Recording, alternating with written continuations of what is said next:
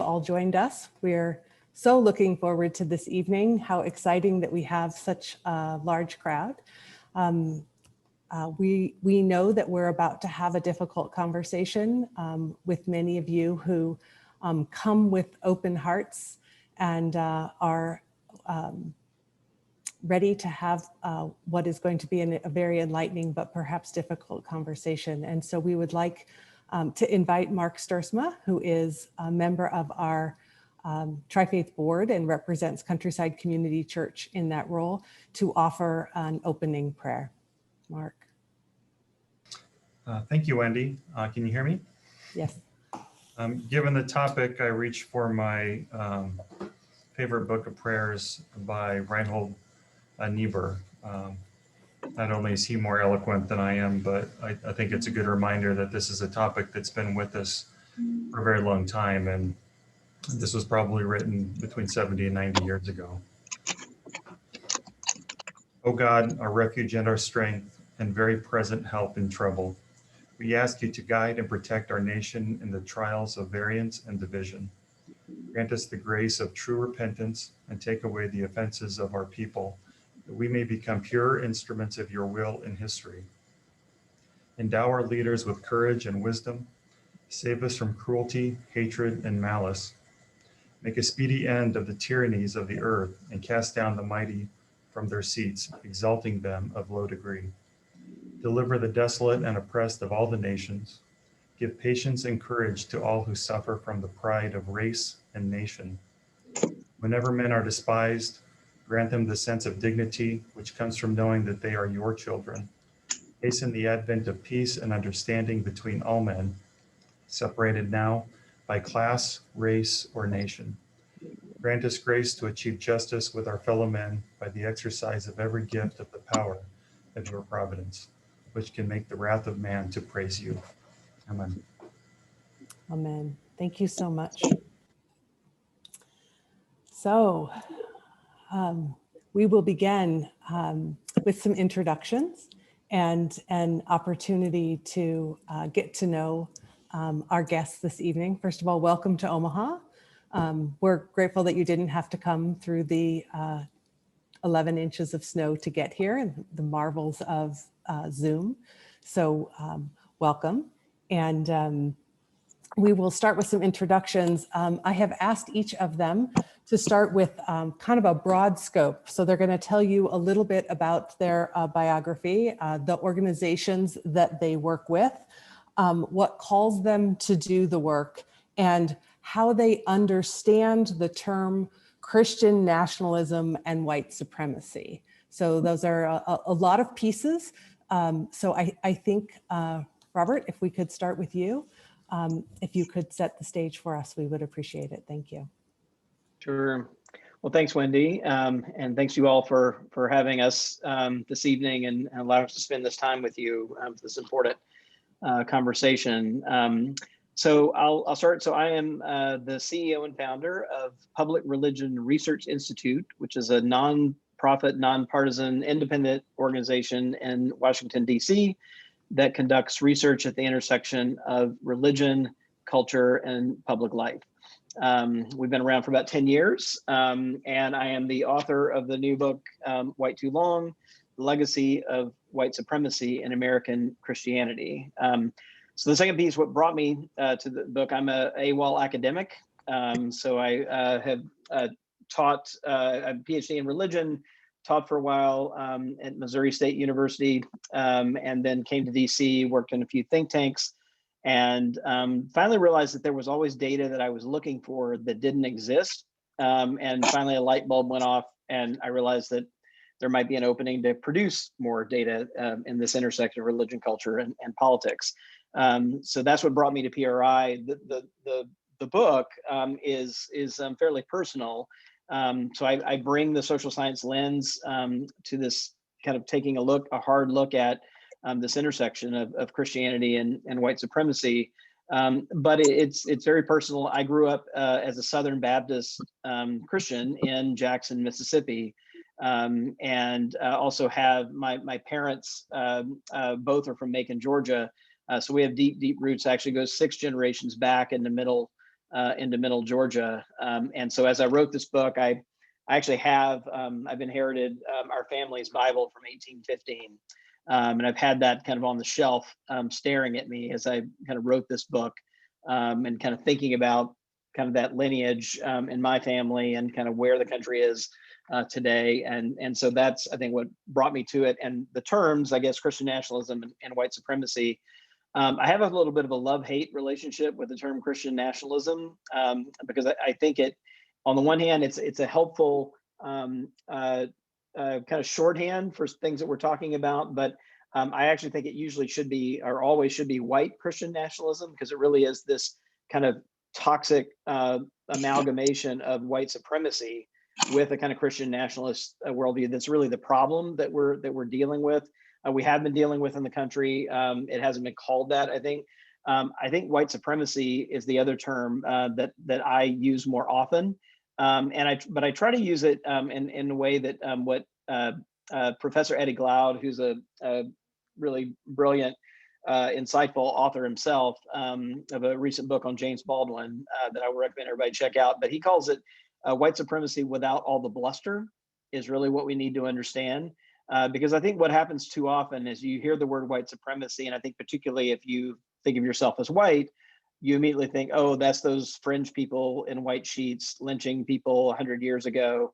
It has nothing to do with me, right? And I think there's a way in which that term gets narrowed in a way that actually soothes white consciences instead of troubling white consciences. But I think if we expand the lens to think about white supremacy, even if we just flip the terms, right, the supremacy of whites, and think about how society, and American society in particular, has been set up to benefit the lives of white people who think of themselves as white or could claim to be white, to the detriment of other people who could not make those claims, right? And all the way, in every city, including Omaha, that has to do with redlining, segregation that you can still see very clearly in every major city, including Omaha and the country, and the legacy of that's still right in front of us, and yet I think we so rarely wrestle deeply with. So I think it's really about a system that values the lives of whites over others, that tells the lie that white lives are more valuable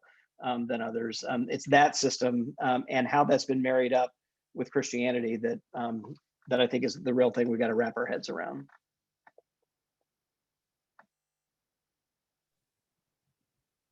Well, thank you, Wendy. And thank you for this invitation to be back at Tri-Faith. I had the chance to present in person at Tri-Faith in 2019 at a conference. And while I wish I could be with you in person, it's great to be here virtually, and hopefully other people got the message, since that's the benefit of Zoom. And it's an honor to be presenting alongside you, Robert. When you talk about great religion data that PRRI produces, there's not a week goes by that I don't go to the PRRI website and check out all the amazing research they put out. So it's truly an honor to be here. And I'm a fellow at the Center for American Progress in Washington, D.C. I work with the Faith and Progressive Policy Initiative, where we focus on public policy that relates to the separation of church and state and religious freedom, as well as bringing a progressive faith voice to every issue that the Center for American Progress works on, both domestic and foreign. And I'm a non-resident fellow. I live in Louisville, Kentucky, and I've always been drawn my entire life to this work of faith and politics and public policy. I'm the son of 2 labor union organizers from Houston, Texas, and I was on the picket line in the womb, with my parents being involved in activism, being involved in politics, and then also raised in a liberal United Methodist church, where this message of Jesus and social justice that was preached from the pulpit seemed like the same thing I was seeing on the picket line. And then I sort of discovered as I grew up that there were other Christian traditions in our country that were, let's say, different. And we'll be talking about some of those tonight. And I felt this calling to work at this very niche field of faith and progressive politics. And I'm grateful to be able to do that at the Center for American Progress, and specifically affirm a pluralistic vision, religious pluralism that Tri-Faith embodies so beautifully.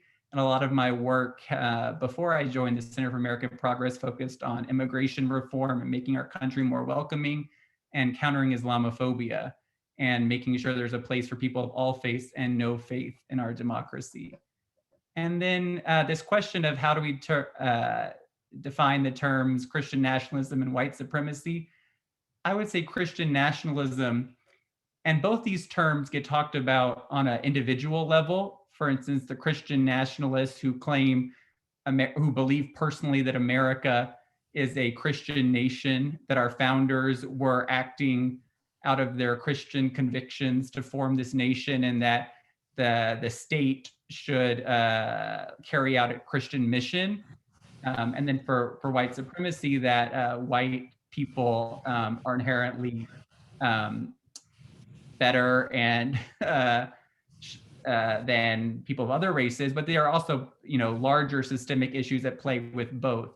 In a system where as a Christian and as a white person, I start the race of life well ahead of people that are not Christian or people of other races. And then I don't just start ahead, the refs are working the game to give me every advantage and privilege me in every way. And I would also define it as a Christian, both Christian nationalism, white supremacy, and white Christian nationalism, when they're combined, as sin and a distortion of the gospel of Jesus Christ. Thank you. So the next question is, on January 6, 2021, Americans watched a distressing mix of symbols displayed by those who descended on the Capitol building. Many of these symbols were white supremacist symbols, but Christian symbols were also strongly present. How do we understand this juxtaposition? Who would like to start? Go ahead. All right, I'll jump in. So I should first say that Guthrie has a new book. You should hold it up as well. Yeah, just me. So you can pay me later, Guthrie. So I think this is a really important moment. I wrote a piece actually the day after that was published at Religion News Service called taking the white Christian nationalist symbols at the U.S. Capitol riot seriously. And I told you I had this love-hate relationship with the term. So there I used the term in the title because it's a useful shorthand, but white Christian nationalist symbols. But I was struck by many, like the New York Times spent a lot of time decoding many of the symbols, right? The white supremacist symbols, and had like a whole piece with like little pictures and stuff. And I think that's a really important work because some of them are a little bit opaque and you might not catch that it's a white supremacist symbol, but didn't mention at all the vast number of Christian symbols, right? Bibles, big flags with the, ichthus fish on it, or Jesus 2020, that's made to look exactly like the Trump flag. There was a group that actually was a Christian group that was blowing a shofar and marching around the White House, kind of mimicking the walls of Jericho, falling, that from the Hebrew Bible. And so there were all of these symbols, and Jeffrey Goldberg from the Atlantic, reported that he was on the ground and he heard people saying, like conflating Trump and Jesus, on there and saying, let's hear it for Trump. And then right behind that, they'd cheer. Let's hear it for Jesus. They'd cheer. And it was like just this kind of, amalgamation. And I think this comfortable juxtaposition of white supremacist symbols, I mean, the Confederate flags were everywhere, with white Christian symbols. And in addition to all that was actually the Christian flag that also didn't get, but which is a white flag with a blue canton and a red Latin cross up in the corner. That is the official flag that was adopted by the Federal Council of Churches, which became the National Council of Churches in 1942. That flag was marched into the breached chamber along with the Confederate flag, right? These things existed very comfortably together. And I think we have to, this is testimony, right? We ought to really take this seriously, that this, again, this connection between white supremacy and Christianity is right there in front of us. if we'll only kind of believe what we're seeing, right, and not just dismiss it. I would say the easy thing to do as Christians is to look away or to dismiss it and say, that's not us. Those are fake Christians. That's not, what we preach in my church. And yeah, I think it's fair to say most of the people who were the insurrectionists, and certainly most of the people who were kind of buying in and inciting the violence that led to the insurrection would identify as Christians. And so we have to contend with that as Christians, just as we do the Christian support for slavery. All of the examples throughout Christian history where Christians have perpetrated such evil, it's not enough to write everyone off and say that's not how I practice my faith. It's a part of it. And so that's why as white people who are doing work to confront anti-racism work, Christians have to look at that and be compelled to action, which is I am glad so many people showed up tonight for this conversation, because you must sense the need to act and the need to do something, to say, to both name it as sin and confront it, but not look away and see the Christian symbols and know that that message is a loud one that many people are now going to be conflating also with the Christian faith. Can I just add one quick thing to that, Guthrie? I think it's really important what you said about not looking away and not so quickly saying that's not us, right? I mean, I think it's okay for us to say that's not the best of us, right? But I think we just can't in any honest way say that's not us, right? We really have to kind of take that in, even if we're wanting to say that's not the best of us. So that leads into our next question, which is white Christian nationalism and white supremacy just a problem within evangelical Christianity in the South, or is it bigger than that? And Robert, if you could go to that question first. Yeah, so, I mentioned I grew up in the Deep South as part of that white evangelical group. And so, when you see expressions of white Christian nationalism and white supremacy in that group, which was heavily in the South and the former states of the Confederacy, there's maybe not a lot of surprise.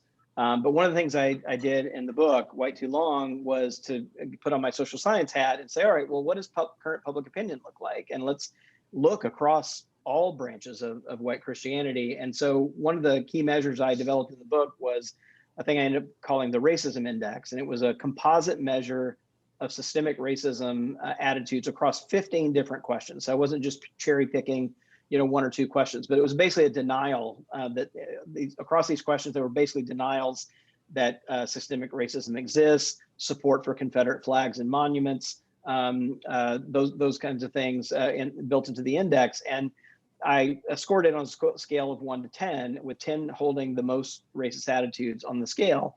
So maybe not surprisingly, white evangelicals, again, heavily, still in the South, scored 8 out of 10 on that scale. But then when I look to white Catholics, right, that's a group that's more heavily populated in the Northeast and in urban settings. They scored 7 out of 10 on the scale. And when I look to white mainline Protestants, that's the liberal end, right, of the kind of white Christian world, the white Protestant world. That's, United Church of Christ, Episcopalians, the kind of left end of the Methodist world too. But they scored 7 out of 10 on this scale, and it maps very tightly to support for Trump in the 2020 election. So white evangelicals, 8 and 10 support for Trump. White Catholics, 6 and 10 support for Trump. White mainline Protestants, 6 and 10 support for Trump. These two things are highly, highly correlated. And in fact, if you look at the election and the exit polls, one of the strongest predictors of support for Trump was the denial that systemic racism exists.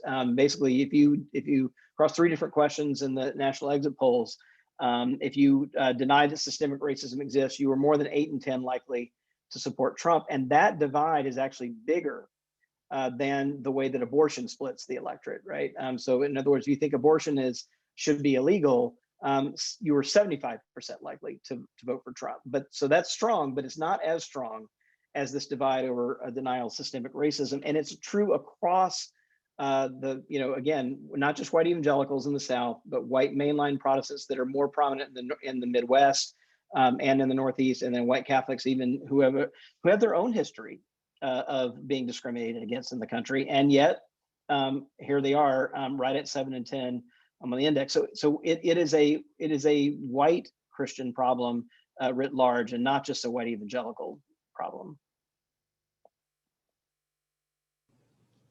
Guthrie, did you have anything that you wanted to add to the answer to that, or we can move on to the next question? I think Robert covered it. Yeah, I wouldn't want to go after him on that answer either. So let's go to this next question. From your perspective, why is recognizing the use of Christian symbolism important or an opportunity for progressive Christians, like many in our audience tonight? And if possible, could you give some examples? First, I want to underscore something Robert said, which is the need for everyone to do their own anti-racism work. I'm a member of I think most people would call it a progressive Baptist church here in Louisville, and we've tried to do our part in being active in the protests around the police murder of Breonna Taylor here and segregation in our city. And yet we always have to do more work and be reflective. And, I think many mainline Protestants I know kind of are on a high horse pointing fingers at white evangelicals, especially around the election, saying, those numbers are so high, and didn't want to do some of the hard work that denominations are starting to do. For instance, the Presbyterian Church USA is based here in Louisville, and there was recently a week of action for Black Lives Matter. And the denominations there's still a long way to go. So it's a both and of doing self-reflective work while also confronting, the kind of overt, unrepentant white Christian nationalism and white supremacy we saw on display at the Capitol and the insurrection. And one of the best examples of doing this work is something called Christians Against Christian Nationalism, which is an organization and movement run by the Baptist Joint Committee on Religious Liberty with a lot of interfaith partners who are doing this work of Christians saying, we can't look away. We have to do something about confronting other Christians who are putting forth this message. And there were efforts, right after the insurrection to re-up this campaign and to be a voice for progressive Christianity and especially white progressive Christians coming alongside Christians of color who have been leaders in the movement against white supremacy long before many, white progressive Christians decided to make it a cause.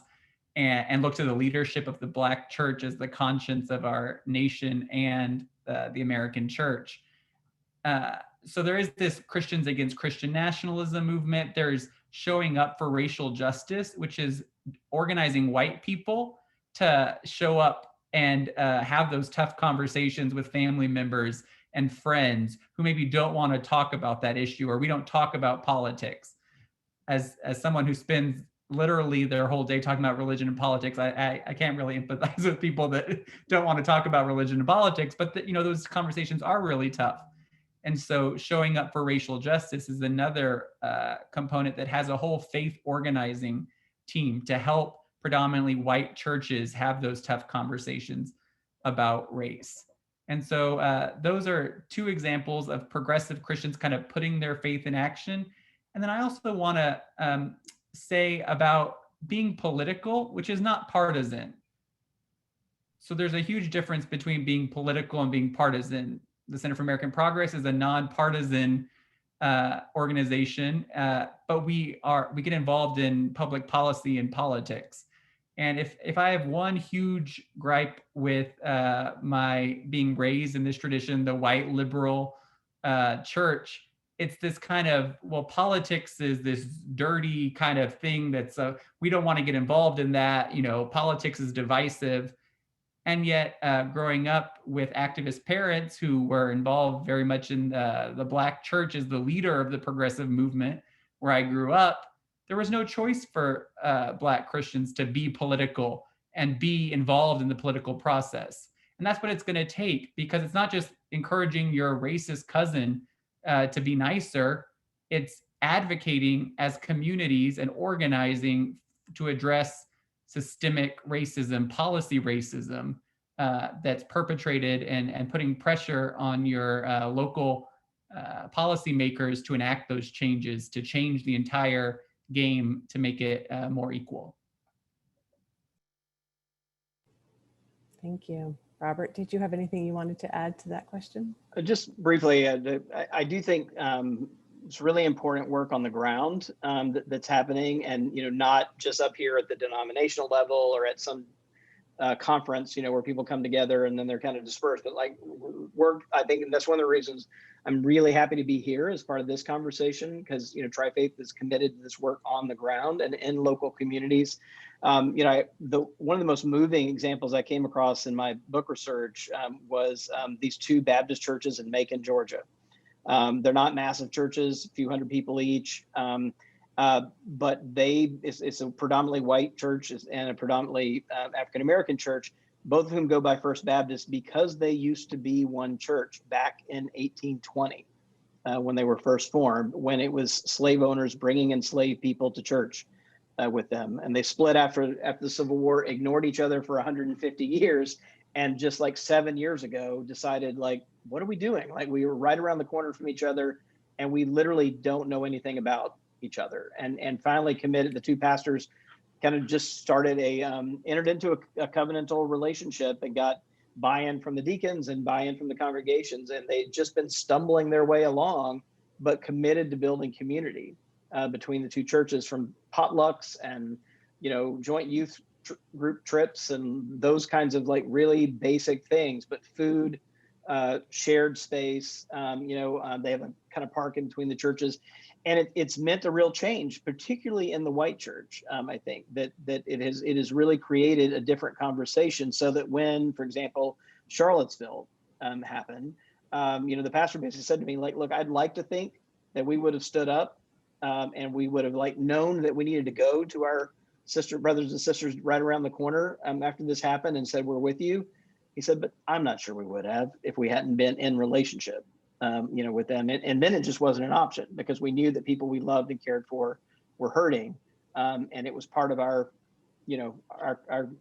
just natural response to kind of say, no, we're with you. And we know that we need to stand up and be counted. So in that spirit, I would ask both of you, to those who are here tonight who perhaps do not see this conversation through a progressive lens of whatever faith or worldview that they have, and they're here to explore this conversation and perhaps are a supporter of Trump or evangelical movement, what might you say to them in terms of joining and feeling welcome as part of this conversation this evening? Robert, could we start with you? Well, I think showing up for a conversation, is important. So I grew up, again, evangelical. The first kind of crack, I think, in my world of thinking about these things didn't happen until I was in my 20s. And I was that kid. I was at church every time the doors were open, 5 times a week in my little Baptist church, growing up, youth group, went to Baptist college, I have a degree from a Baptist seminary. And it wasn't until I was sitting in a Baptist history class and kind of got a sense of that our denomination was literally founded to defend the compatibility of enslaving human beings based on the color of their skin and the gospel of Jesus Christ. And that sort of shook me, but it's been a 30-year journey. I mean, I'm 52 years old, right? And it has been a gradual journey of kind of opening myself up to different views, reading. I think one of the biggest changes for me was not just talking and cultivating relationships with African-American peers in my circles and friendship networks, but reading the work of African-American authors, that really helped kind of open my eyes and open my heart. And I think the biggest thing, maybe the hardest thing to put down, honestly, I'm thinking back to this opening prayer from Niebuhr that I so appreciated, and kind of going back to that. I think one of the hardest things to let go of as a white Christian is a kind of arrogant sense of our own innocence, and really holding on, right, desperately to the sense of innocence, right, that we surely we couldn't have been that wrong, surely we couldn't have been, this so on the wrong side of history so many times, like, just, it's a hard thing to face. I mean, it's worth saying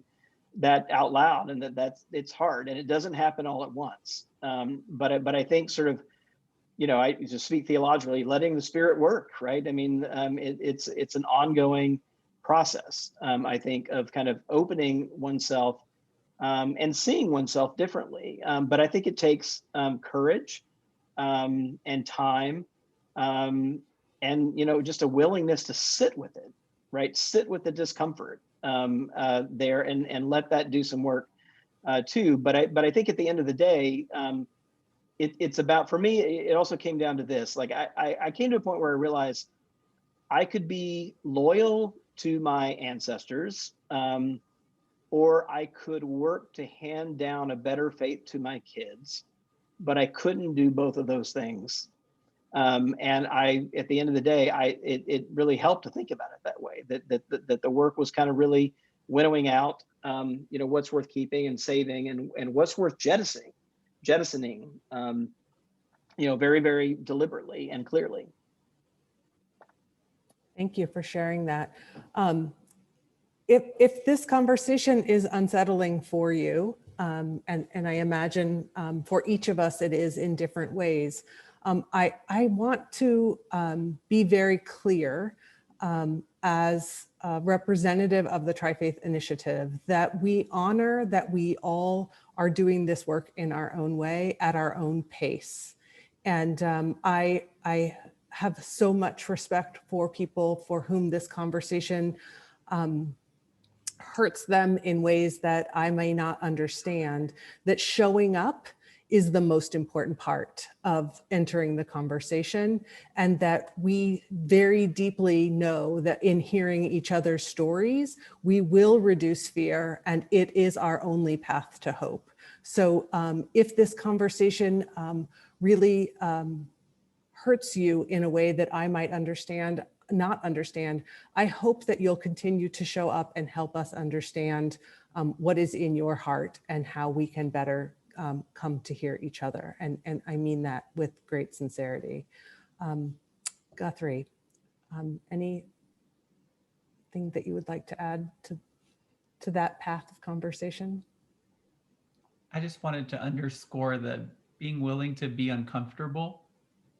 I went to seminary at Union Theological Seminary in New York City, and the introduction to Christian theology course at Union when I was there was taught by the Reverend Dr. James Cone, the father of Black liberation theology. And it's it's uncomfortable as a white person to hear the Black prophetic church tradition, the Black liberation theology tradition. And someone mentioned in the chat, I saw book recommendations, The Cross and the Lynching Tree, Reverend Dr. Cone's book, will make people uncomfortable, but that is not a bad thing. We're not in being uncomfortable is not a bad thing. And we can enter into these conversations that can be holy, I think, and transformative, and also not pushing people to conform. I think there are things already tonight that Robert and I would probably disagree about,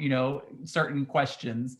And there are things all of us on this call will disagree about. And it's not a push for everybody to conform to some orthodoxy that we have distilled, but it's to have that conversation, to ask questions, to be vulnerable, that I think is important. And then also to bring together diverse coalitions around different issues when people don't always agree about everything. I got my start working in faith and politics on immigration reform. And in 2013, there was a 68 vote Senate. We passed, it didn't pass the House, but it passed the Senate with 68 votes for comprehensive immigration reform and a pathway to citizenship for the undocumented. And that brought together a lot of religious communities that disagree about a lot of different issues that were able to come together. And so I hope people don't leave this conversation thinking, we all need to agree the same thing. We'll probably all believe different, have different points of emphasis, and we can, bring those together and work together in different ways. Can I just add real quickly that Please. on comprehensive immigration reform, it is an issue that all major religious groups are actually on the same side of this issue. So even white evangelicals, who tend to be a little more conservative or more Republican, a majority supports allowing people who are undocumented in the country a path to citizenship, provided they meet a set of requirements. So I think there are some places where the divide we see on the screen isn't always reflective, right, of the landscape. And that's separate sort of from the conversation we're having, the specific conversation about white Christian nationalism, but it's part of the broader conversation about inclusion, about, are we a country that only wants immigrants from, where did Trump say, Sweden? He only wanted white immigrants coming to the country. It speaks to this core, like, are we a pluralistic nation that is trying to embrace that vision to welcome all, or are we not? So if there are areas that are a little easier to make progress, I think that's a good thing. Thank you.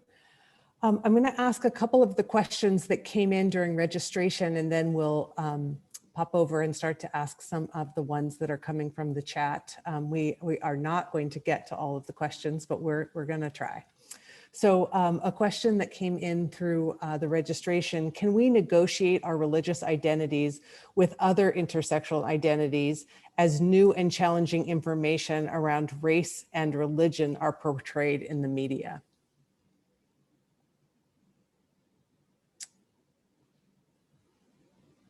All right, I'll jump in. I think I'm following it. I'll tell you one of the hardest things that we're facing about this is that as partisanship has developed in the country, over the last 50 years in particular, political partisanship has become more and more salient. And it is also the fact that the two political parties have sorted, particularly since the 1960s, along lines of race and religion, right? So then we've got partisanship, racial identity, religious identity, all sort of like grafted together. So today, for example, the self-identified Republicans are about 2/3 white and Christian. So it's a very homogeneous group. Self-identified Democrats are only about 1/3 white and Christian, right? So just looking at that snapshot, and that's gotten more divided over time. So I think one of the toughest things, I think, and also our congregations have sorted themselves. It used to be that the big lines ran between denominations, right? Presbyterians versus Methodists. But now, I mean, even the language we use, a progressive Baptist church, a liberal Methodist church, right, shows like this divide in our landscape that churches have sorted themselves, right? So even within the same denomination, you've got congregations that are on the left and congregations on the right, and there's been a kind of self-sorting over time. So I'm not sure I'm going to give a great answer to how we get out of this, other than, again, kind of beat the drum of, we got to keep building these relationships across those lines of difference, because the billions of dollars that are spent in our political campaigns have been for decades using race and religion, right, as means of dividing us into political factions in ways that I think have been tremendously damaging. To just one quick stat here, we've asked people about whether they would mind their son or daughter marrying someone Republican if they're Democrat, and whether they'd mind their son or daughter marrying somebody Democrat if they're Republican. We have like more than a plurality, really more than 1/3 of Democrats and Republicans both saying yes, we'd have a deep problem with our son or daughter marrying somebody of the other political party. When that question was asked in 1960, only 5% of the country said that'd be a problem, right? So it kind of tells you just how all of this has become so well together. And I think it is the task, right, is to disentangle these things so that being white and Christian doesn't mean you're a Republican, right? For example, or being African American and Christian doesn't mean you're automatically a Democrat. And figuring out how do we disentangle these things so that we're not having these knee-jerk conversations, but we're actually talking about something substantive rather than just kind of displaying tribal allegiances. Guthrie? I would say we need to see people in their fullness of their identities. I'm thinking about my own religious identity. I grew up in a Methodist church, and my family went back actually like 5 or more generations Methodist, including clergy. And then I eventually left the Methodist church because they have a policy that discriminates against same-sex marriages, and I wanted to be married in my church. And so now I'm forging this new Baptist identity, and those identities are important, denominational identities, but then also a Christian identity I feel is much more important to that. I also identify, as a white person, and think that comes with certain responsibilities and obligations to dismantle white supremacy. And then very low on my identity, is Democrat, or a partisan identifier is very low. And I just think all of these labels that I might check have such a story to them. Just my gay identity has such a coming out 30-year story that's still developing. And so I hope we can maybe ask questions of people and their identities and what it means to them, and learn and come from that posture rather than a posture of assuming, everything because someone identifies a certain way. Thank you. While we're talking about identity, and particularly in relationship to the Tri-Faith Initiative, could we speak to the issue of Islamophobia and anti-Semitism, to the Jewish and or Muslim connection to this conversation, and white Christian nationalism? I'm sure there's a question in there. Yes, I spent several years working with Muslim, Arab, Sikh, and South Asian organizations on countering Islamophobia. We've seen a startling rise in anti-Muslim bigotry and anti-Semitic hate crimes in this country. We had the previous administration institute a Muslim ban, and that thankfully was just reversed by the current president on his first day in office. He reversed the Muslim ban. And then we also saw the previous administration give White House press passes to anti-Semitic news organizations. And we put out a report through the Center for American Progress called How the Trump Administration Has Harmed Faith Communities. So I'll drop a link to that in the chat. But we have to prioritize, I think, in our religious pluralism, religious freedom discussion, the rights and safety of religious minorities, whose there's this huge gaslighting going on right now by white evangelicals, which is the white evangelicals are being persecuted because they have to bake cakes for same-sex couples, and their religious freedom is at stake because there are laws that protect, civil rights laws. And yet because they're so loud and so many of them, and their king, their King Cyrus was in the White House and Trump, that message got out and very strong. And at the same time, that really obscured the fact that there are real threats to religious freedom and religious pluralism in our country right now, which is attacks on religious minorities and anti-Muslim bigotry, which also, of course, impacts people who are perceived to be Muslim, not just Muslims. So these things are clearly linked. You can see it not only, again, in the displays we saw at the Capitol building, right? It wasn't just, general white supremacy, but there was also, for example, one of the protester had a Camp Auschwitz hoodie on. There were plenty of other anti-Semitic tropes, on display in that mix as well. I think that the Muslim travel ban and kind of Islamophobia, anti-Muslim sentiment that was, I think, often fueled by President Trump very overtly as well. I think these are all of a piece. And I think, again, if we step back for a minute, we kind of ask what's going on, right? What ties all this stuff together? I think this is why I like to use the word white supremacy in its broader sense of, because I think at the end of the day, it really is about who is authentically American, right? Who owns the country, right? Or who feels a sense of ownership in the country. And I think part of the big adjustment here is particularly white Anglo-Saxon Protestants and very strongly white evangelicals, had this vision of themselves as America, right? And they're having to let go of that vision of the country as the country changes. So just over the last, and these changes are actually quite real and quite fast. The country's been changing, but just in the last 10 years, we've moved from being a majority white Christian country. In 2008, we were 54% white and Christian. Today, we are 44% white and Christian. So we have crossed, just in this last decade, this threshold, right, of demographics reaching a tipping point in the country. And I think that's part of this reaction that we're seeing. I have an antique table in my dining room, and you can see some of this. I kind of use it often as an example. And there's one chair around that table. It's an oval table. There's one chair around that table that looks different than all the other chairs, right? It's wider and it has two arms on it. It's called the captain's chair in architectural terms.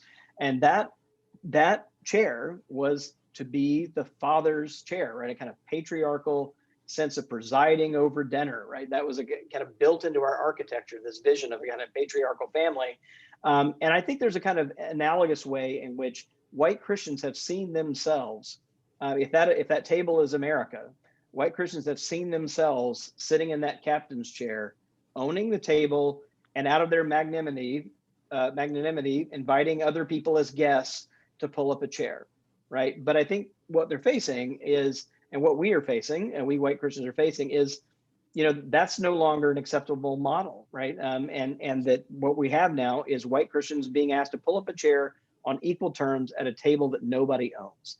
And that is a very uncomfortable thing for people who've been brought up being told and believing that they themselves were America and everybody else was here by sufferance, which is actually something that FDR said, right? That this is a white Protestant country and everyone else is here by sufferance. So this is not so far back there, really, and not just, among white evangelicals in the South. So I think that's the biggest thing that knits all this together, and getting a different vision and a sense of a continuous narrative, right? That doesn't look like the apocalypse. Just you hear this language, right? America, as you know, it will be over, right? Is what Trump said on January 6th. Like that, if you don't take action now, America, as you know, it will be over. And that's what's behind all that language. So Guthrie, I welcome your contributions, but I wonder if you might also add in the statement that you've made before about religious freedom as a shield and not a sword, and perhaps link that to this conversation and elaborate on that, if you would. And I just wanted to add recall something else the former president said, which was that religion would end if, the Biden victory would be the end of religion, and Biden was hurting God. And yet we see, I think he was recently called in a New York Times article, the most religiously observant president. This is President Biden in modern American history. And then to that kind of table metaphor you were going with, I wonder what the role of white Christians is, not just to sit at the table like Joe Biden, but to help dismantle it. So we see white Christians, I hope some portion of white Christians do acknowledge that they have a role in dismantling white supremacy and Christian nationalism. I'm not saying I don't have a percentage for you, but there is some portion. And you see the Biden administration take steps today with their 4 executive actions on systemic racism that Ambassador Susan Rice unveiled, that people are, some portion of white Christians do admit their complicity and their perpetuation of white supremacy and Christian nationalism, and are trying and need to be held accountable by their interfaith and Black and Christians of color in doing that work, but are trying. And that's part of the story we need to tell, because that calls people to have role models, I think.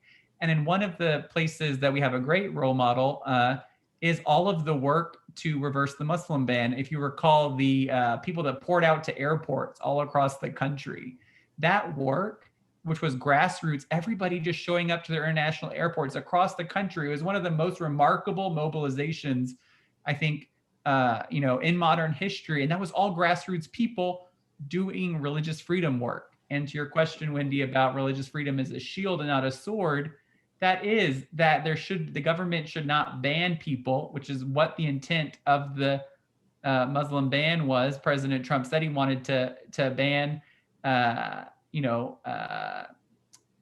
he wanted to ban Muslims from coming to the country, and then he, hired Rudy Giuliani to, write the kind of the language that would make it pass muster in the Supreme Court. But the intent was always there. And religious freedom should be a shield. It should protect people from the government telling us how to pray, banning people how to worship. Religious freedom is often talked about as a sword, which is I have the free exercise to discriminate against people, to deny them reproductive health care, to harm others, because that's what my religion calls me to do. And so when we, I think, advance religious freedom, we have to be clear about what it is. Because if we just say kind of religious freedom, we're not talking about the use of it to harm others and discriminate, or at least I'm not. Thank you. There's some conversation in the chat that caught my attention about America being a melting pot. And Ibu Patel has argued that our goal should no longer be to be a melting pot, but rather a potluck, where we each bring our own offering to the table, as the metaphor that Robbie was laying out kind of deepens, and that we honor that we all have a different way to understand. That's kind of linked in with the next question, which talks about any advice that you might have for advancing this bridging of differences, particularly in rural places. And in Nebraska, that seems like an important conversation. So anything that might come to mind about bridging difference, particularly in more rural places? Great. Well, I think that's important. It's harder, I think, in more rural places where I think there is less diversity on the ground. But I think the work is nevertheless like really important.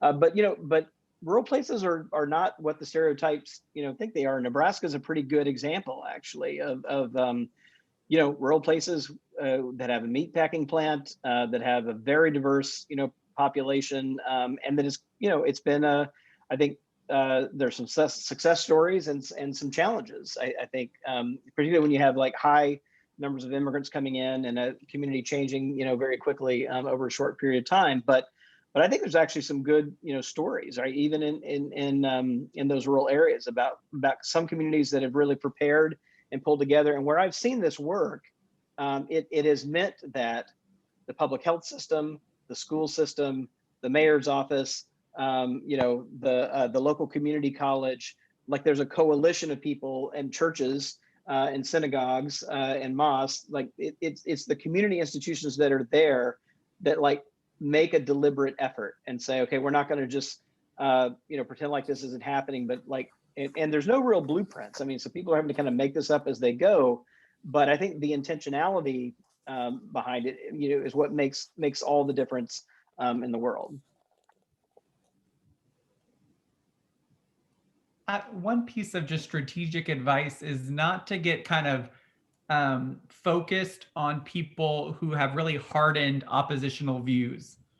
And so I have my background in advocacy communications. We have this general rule about dividing up audiences into 5 subgroups. You have your choir that are really with you, and you need to give them choir practice and encourage people and, tell them when to show up. Then you have base, people that share general views with you. You have a persuadable audience, you have an opposition audience, and you have an unreachable audience. So if you're thinking about, going with this meal metaphor more, your Thanksgiving meal, you may have one uncle that has really negative views and really likes to espouse them and feel, mansplain to the family.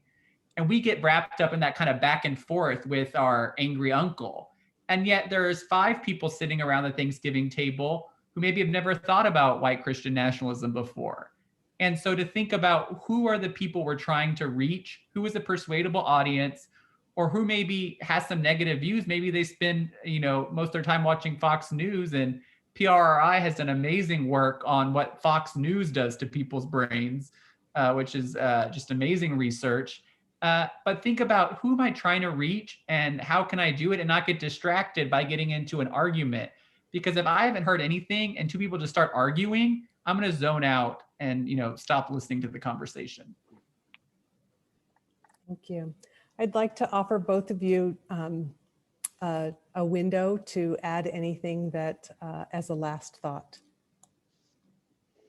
Sure. I'm just going to quote some people who are more eloquent than me. So I'm going to quote one thing that I think is hopeful from Biden's inaugural address that has kind of stayed with me because I think is a statement that helps me not feel overwhelmed, right? Because I think sometimes you think about this work and it's even in your little circle, it feels very overwhelming, much less if you think about the whole country.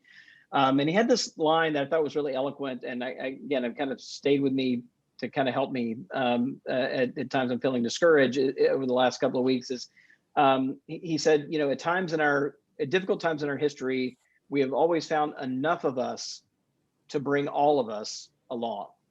And I think that is kind of part of my hope, is that we will find enough of us to bring all of us along here. And that's kind of, I think, fits with what you're saying, Guthrie, about those audiences.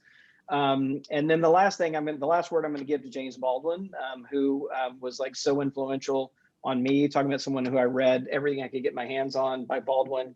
He basically said, if we could find the courage and love to do the work we've been talking about tonight, the way he put it was, we can end the racial nightmare, we can achieve our country, and we can change the history of the world. Thank you. Robert, the name of your book is? There it is, White Too Long, The Legacy of White Supremacy and American Christianity. Thank you. Guthrie.